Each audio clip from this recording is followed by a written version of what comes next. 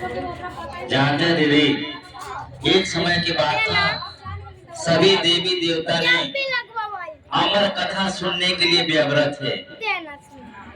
सभी देवी देवता ने भगवान शिव को तपस्या में लीन थे कि हमें अमर ज्ञान हो, हमें अमर ज्ञान की प्राप्ति मिले।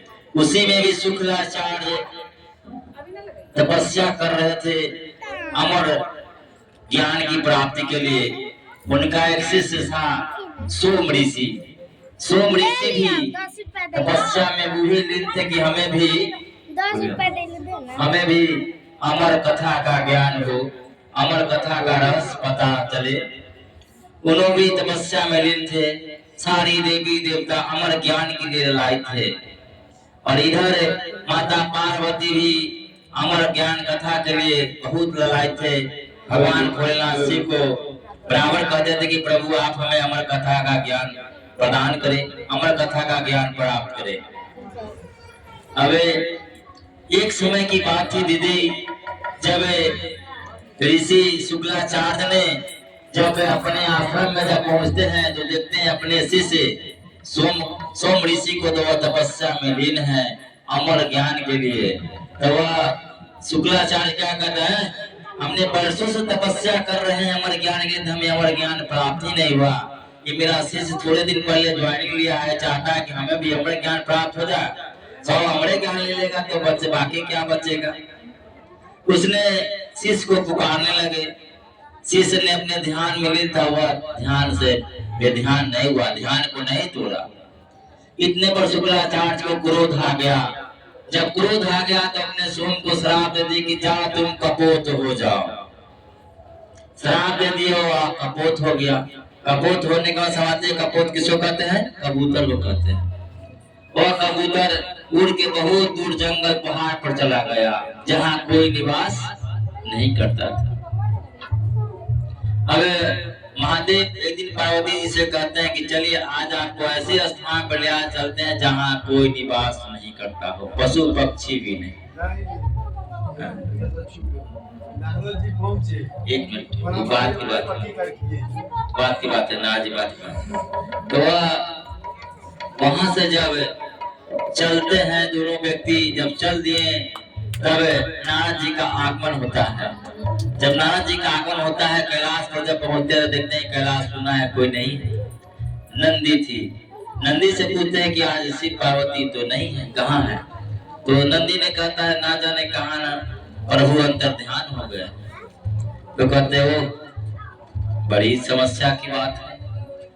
उसने अब कहे कि अब शिव को कहाँ ढूंढे, वो तो जगत के कण कण में व्यापक है, अब हमें कहाँ मिलेंगे, नहीं मिलेंगे।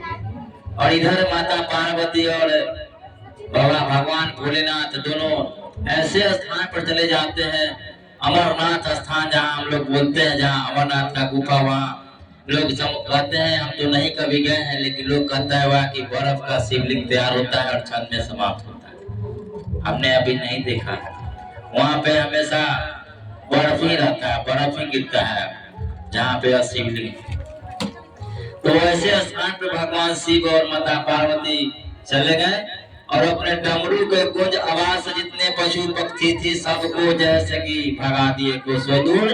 और माता पार्वती से कहे कि ठीक है अब हम अमर ज्ञान कथा सुनाने जा रहे हैं देवी, ध्यान से सुनना और बीच में तुम्हें नींद नहीं आए। अगर नींद आ जाएगी तो तुम्हें ज्ञान का कोई लाभ नहीं होगा।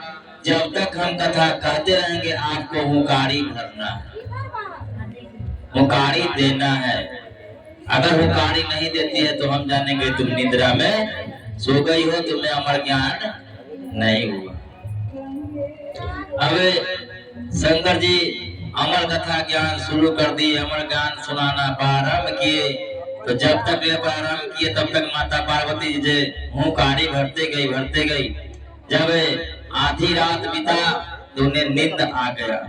हर औरत का यह नियम है, जब आधी रात बीतेगा तो वह उसको नींद सताना शुरू कर देगा। मर्द नहीं सुतेगा, मर्द कहेगा कि 24 घंटा जाग जाएगा लेकिन लेडीज बाबा नहीं जाएगा। वह आपको 12 बजे के बाद सुत जाएगी तो सुत जाएगी, हमें कहीं कोई शक नहीं। तो वह उसको इतना निद्रा सताने लगी, माता पार्वती को सुत गई और इधर अमर ज्ञान चालू है। तो उसमें जो यही सोम नदी जो कपोत बन के था, जब भगवान शिव जब अमर कथा ज्ञान करते थे, जब कहते थे वो कपोत हूँ करता था, हूँ करता था।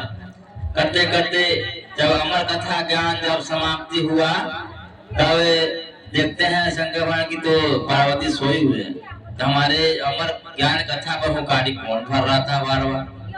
उन्होंने क्रोधित होकर कहा कि जो भी हमारे अमर कथा ज्ञान हुकारी भर रहा था, कृपया सामने आ रहे तो जलाकर भस्म कर देंगे अपने तीर से।